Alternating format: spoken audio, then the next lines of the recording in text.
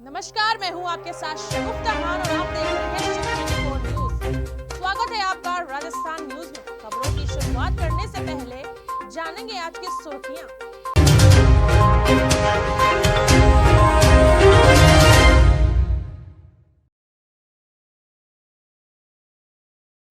गहलोत के पायलट को गद्दार कहने वाले बयान को डिप्टी सीएम सचिन पायलट का बयान, कहा ऐसी भाषा शोभा नहीं देती।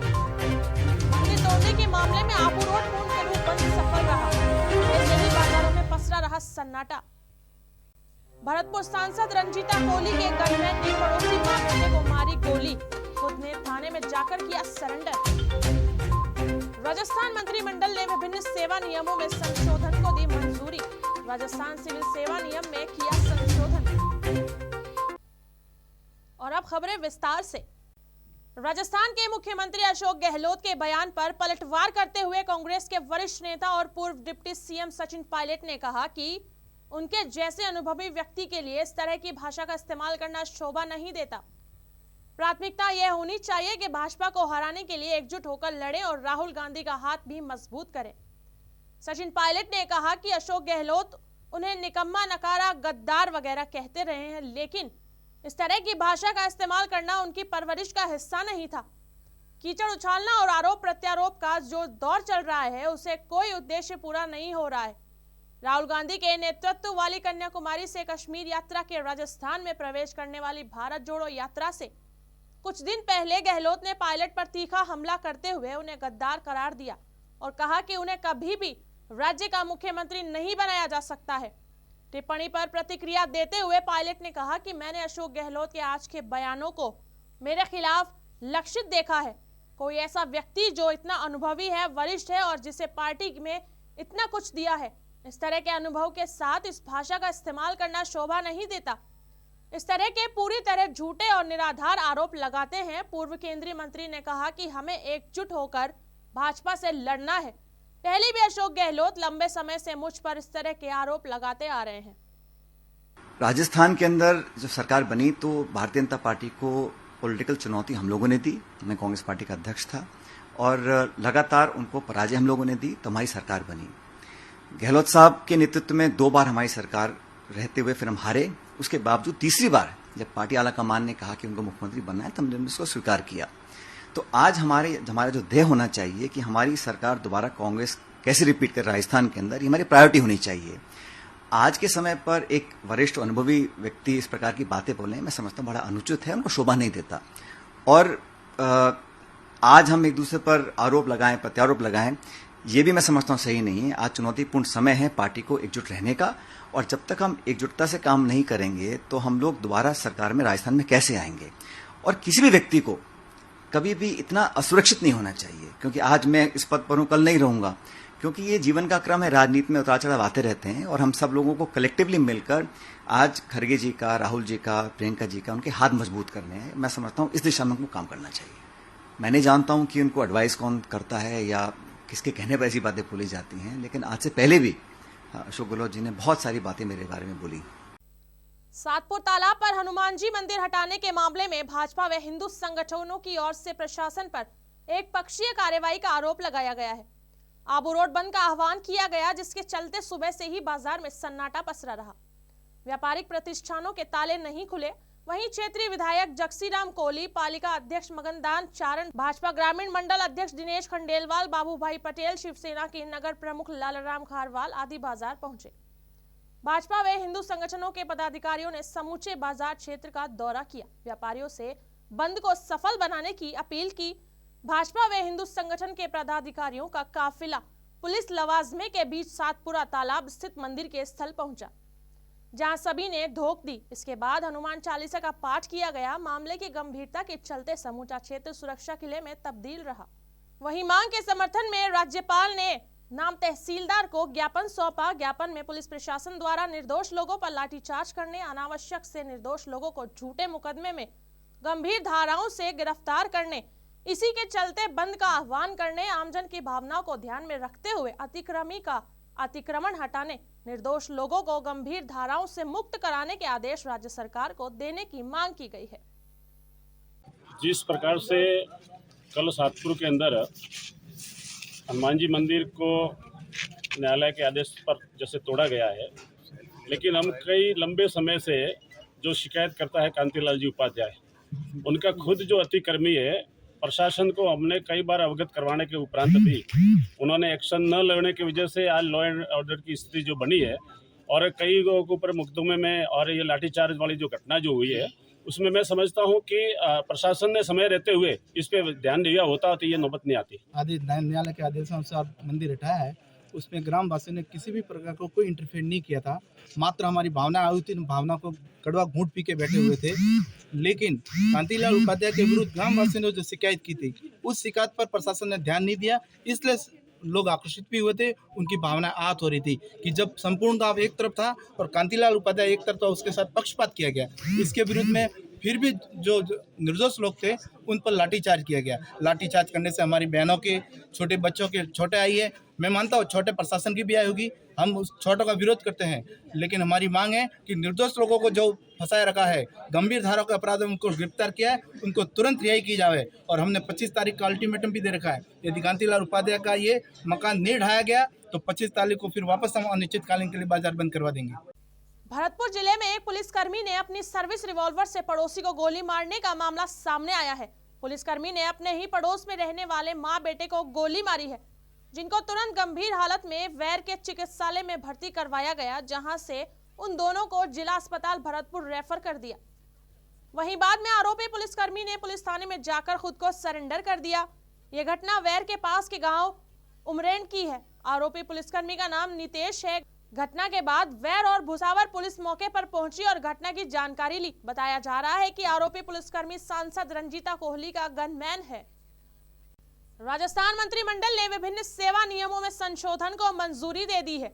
साथ ही मंत्रिमंडल ने राज्य कार्मिकों को पदोन्नति के अधिक अवसर देने, राजस्थान में पर्यटन को बढ़ावा देने, राजस्थान सिविल सेवा नियम में संशोधन, राजस्थान बेघर उत्थान एवं पुनर्वास नीति के प्रस्ताव पर अनुमोदन सहित कई महत्वपूर्ण निर्णय किए हैं। मुख्यमंत्री अशोक गहलोत की अध्यक्षता में हुई मंत्रिमंडल की बैठक में ये महत्वपूर्ण निर्णय किए गए। बैठक में राज्य कार्मिकों को पदोन्नति के अधिक अवसर देने, राजस्थान में पर्यटन को बढ़ावा देने, राजस्थान सिविल सेवा नियम में संशोधन, राजस्थान बेघर उत्थान एवं पुनर्वास नीति के प्रस्ताव पर अनुमोदन सहित कई अहम निर्णय किए गए। मंत्रिमंडल ने राजस्थान ग्रामीण पर्यटन योजना 2022, राजस्थान बेघर उत्थान एवं पुनर्वास नीति 2022 का भी अनुमोदन किया है। मुख्यमंत्री अशोक गहलोत ने कहा कि केंद्र सरकार फूट डालो राज करो की नीति पर राजनीति कर रही है। प्रदेश की कांग्रेस सरकार ने जनहित में फैसले लिए हैं। ये बातें सीएम गहलोत ने गंगापुर सिटी में नए बनने वाले अस्पताल भवन का शिलान्यास और नवनिर्मित कोतवाली थाने के भवन का उद्घाटन समारोह के दौरान सभा को संबोधित करते हुए कह रहे थे। मुख्यमंत्री अशोक गहलोत आज करौली सवाई माधोपुर दौरे पर हैं। गहलोत ने नए बनने वाले अस्पताल भवन का शिलान्यास और नवनिर्मित कोतवाली थाने के भवन का उद्घाटन किया। गहलोत ने कहा कि आज मोबाइल, कंप्यूटर, इंटरनेट का युग है। कांग्रेस सरकार ने अंग्रेजी माध्यम स्कूल खोले। केंद्र सरकार को ईआरसीपी को राष्ट्रीय योजना बताने में क्या तकलीफ आ रही है? हम ईआरसीपी योजना को आगे बढ़ाना चाहते हैं, किंतु उसमें केंद्र सरकार आनाकानी कर रही है। मुख्यमंत्री ने सवाई माधोपुर के गंगापुर सिटी में कई विकास कार्यों का लोकार्पण और शिलान्यास किया। डिप्सिया में जिला अस्पताल का शिलान्यास किया और भूमि पूजन किया। आपके क्षेत्र में पानी की भारी किल्लत की मुझे जानकारी है। क्षेत्र में पेयजल की समस्या का जल्द से जल्द समाधान करेंगे। जिला कलेक्टर को वैकल्पिक तौर पर टैंकर के पानी से व्यवस्था को लेकर दिया निर्देश। राजस्थान में चल रहे सियासी घमासान के बीच राजस्थान के कांग्रेस कार्यकर्ता इतने लापरवाह हो गए हैं कि उन्होंने पूर्व प्रधानमंत्री इंदिरा गांधी के जन्मदिन को ही भुला दिया है। ऐसी एक बड़ी लापरवाही चित्तौड़गढ़ के नगर परिषद के सामने आई है, जहां पर अनावरण पट्टिका पर पूर्व प्रधानमंत्री इंदिरा गांधी का जन्म महीना नवंबर की जगह अक्टूबर कर दिया गया है। और सबसे विशेष बात यह है कि मुख्यमंत्री अशोक गहलोत ने 22 नवंबर को ही इस प्रतिमा का अनावरण किया था। राज्य मंत्री सुंदर सिंह चुंडावत और नगर परिषद सभापति संदीप शर्मा भी उस समय मौजूद थे, किंतु किसी की भी नजर इस पर नहीं पड़ी। अब सोचने वाली बात यह है कि जब कांग्रेस अपने सियासी घमासान के या अंतर गले के बीच में कांग्रेस के पुरोधा और देश की पूर्व महिला प्रधानमंत्री इंदिरा गांधी के जन्म दिनांक को ही गलत दिखा रहे हैं, तो सरकार कैसे चला पाएंगे। राज्य सरकार की ओर से लगातार सरकारी विद्यालयों में शिक्षा का स्तर सुधारने के लिए कई प्रयास किए गए हैं, जिसमें सभी विद्यालयों में खुद की बिल्डिंग और अध्यापकों की नियुक्ति की गई है। लेकिन चित्तौड़गढ़ मुख्यालय पे संचालित हो रहे राजकीय उच्च माध्यमिक विद्यालय सैंथी के अधीन संचालित किए जा रहे हैं प्राथमिक सरकारी विद्यालय और उच्च माध्यमिक विद्यालय सैंथी के हाल बेहाल दिखाई दे रहे हैं, जिसमें आज भी अध्यापकों में प्रार्थना से बढ़कर सर्दी की धूप को महत्व दिया जा रहा है। वहीं सर्दी में भी बच्चों को कक्ष में नहीं बिठाकर ठंडी हवाओं के बीच छाया में बिठाकर अध्यापन का कार्य किया जा रहा है। वहीं जानकारी में यह भी सामने आया है कि माध्यमिक विद्यालय सैंथी के अधीन संचालित हो रहे प्राथमिक विद्यालय में वर्तमान में 100 के आसपास बच्चे अध्ययनरत हैं, जिसमें कक्षा 1 से 5 तक के बच्चे शामिल हैं। इन सब में सबसे बड़ी गौर करने वाली बात यह है कि इन 100 बच्चों का अध्ययन मात्र 2 कक्षों में किया जा रहा है, जिसमें 3 कक्षाओं का संचालन एक कक्षा कक्ष में और 2 का एक कक्षा कक्ष में किया जा रहा है, जबकि विद्यालय में सभी कक्षाओं के लिए अलग अलग कक्षा कक्षों का निर्माण सरकार द्वारा करवाया गया है। लेकिन अध्यापकों की कमी का हवाला देकर अलग अलग कक्षाओं के बच्चों को आखिरकार किस तरह से शिक्षा दी जा रही है, यह तो विद्यालय प्रशासन ही जाने। वहीं जिस विद्यालय के अधीन यह विद्यालय संचालित किया जा रहा है, वहां के अध्यापकों की कक्षा के प्रति लापरवाही यहाँ दिखाई दे रही है कि बच्चों की प्रार्थना के समय सभी अध्यापक धूप का सेवन कर रहे थे, जबकि नियमानुसार प्रार्थना को भी एक अलग से कालांश के रूप में संचालित किया जाता है। लेकिन अध्यापकों की कार्य के प्रति बेरुखी आखिरकार कैसे बच्चों को अच्छे संस्कार दे पाएगी, यह तो शिक्षा विभाग ही जाने। कौन कौन सी क्लासेस तीसरी और 5वीं एक साथ ले रहे हैं और पहली, दूसरी और चौथी एक कम रहे हैं। तो कैसे सामंजस्य बिठा रहे हो इसको? एक क्लास को काम देके फिर दूसरी को काम देते हैं, किसी को होमवर्क देते हैं, किसी को ब्लैक बोर्ड पे काम देते हैं। इससे कक्षा वाइज बात की जाए तो कौन से बच्चे कितनी कक्षाओं में पढ़ते हैं? कौन कौन सी कक्षाओं में कितने बच्चे हैं? 5वीं क्लास में 31 बच्चे, 27 बच्चे चौथी क्लास में, तीसरी क्लास में 12, दूसरी क्लास में 12 और पहली क्लास में 11। तो यहाँ पर की पालना की जा रही है? गाइडलाइन पे जितने बच्चे एक टेबल कुर्सी में 3 बच्चे। नियम क्या है? एक कक्षा में कितने बच्चे बैठा सकते हो? नियम तो बच्चे यहाँ तो कोई सेक्शन तो है नहीं, नियम का तो कोई नहीं है। इस कमरे में जितनी क्लास में जितने बच्चे होंगे वो बैठेंगे, नियम का तो कोई वो ही नहीं। नियम का हवाला कुछ नहीं है? हाँ, नियम का हवाला नहीं है। इस अंदाज है 70 से 75 के बीच में उनकी संख्या है बच्चों की, और 2 टीचर्स वहाँ लगे हुए हैं। वैसे मानते हैं कि 2 टीचर्स कम हैं, लेकिन हम उसके लिए प्रयास कर रहे हैं। अभी संबल योजना में भी वैकेंसी निकाली थी और उसमें भी वो वैकेंसी नहीं हो पाई, तो वहाँ के लिए हमने और वैकेंसी निकाली है। हम प्रयास करेंगे और यदि ऐसा भी हो सका कि कुछ टीचर्स अगर हमारे यहाँ पर कुछ एक्सेस हुआ या कुछ हुआ तो हम उसको भी सम्मिलित करने का प्रयास करेंगे। कांग्रेस नेता राहुल गांधी की भारत जोड़ो यात्रा अगले महीने 4 दिसंबर को राजस्थान में प्रवेश करने जा रही है। भारत जोड़ो यात्रा का राजस्थान में प्रवेश झालावाड़ जिले से होगा। इसी यात्रा की तैयारियों को लेकर जहां कांग्रेस कार्यकर्ताओं में उत्साह है, तो वहीं प्रशासनिक रूप से भी इसकी तैयारी शुरू कर दी गई है। झालावाड़ जिले में भारत जोड़ो यात्रा के संभावित रूट, विश्राम स्थल, ठहराव एवं स्वागत पॉइंट को लगभग फाइनल किया जा चुका है। झालावाड़ कांग्रेस के जिला अध्यक्ष वीरेंद्र गुर्जर ने बताया कि तय कार्यक्रम के अनुसार राहुल गांधी की भारत जोड़ो यात्रा का राजस्थान में प्रवेश 4 दिसंबर को होने जा रहा है।